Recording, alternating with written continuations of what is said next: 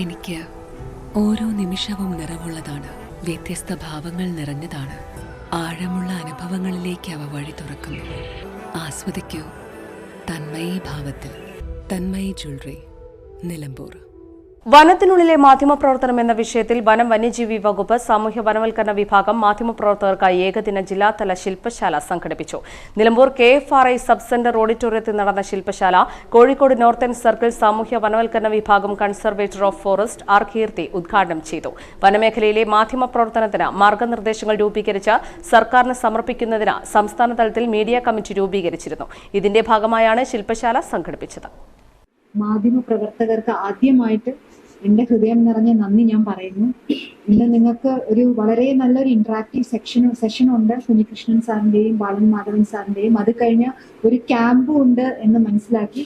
അതുകൊണ്ട് അധികം ഞാൻ വലിച്ചു നീട്ടുന്നില്ല. നിങ്ങളിന്ന് എന്താ പറയുക, ഈ ഒരു നല്ലൊരു എനർജറ്റിക് ആൻഡ് ഇൻഫോർമേറ്റീവ് ആയിട്ടുള്ള ഒരു സെഷനും അതിന് പുറമെ നല്ലൊരു ക്യാമ്പും നിങ്ങൾക്ക് ഇന്നുണ്ട്. അപ്പൊ അതെല്ലാം എൻജോയ് ചെയ്യണം, ഒരുപാട് കാര്യങ്ങൾ മനസ്സിലാക്കണം. എന്തായാലും ഈ ഒരു പരിപാടി ഔപചാരികമായി ഉദ്ഘാടനം ചെയ്യുന്നു.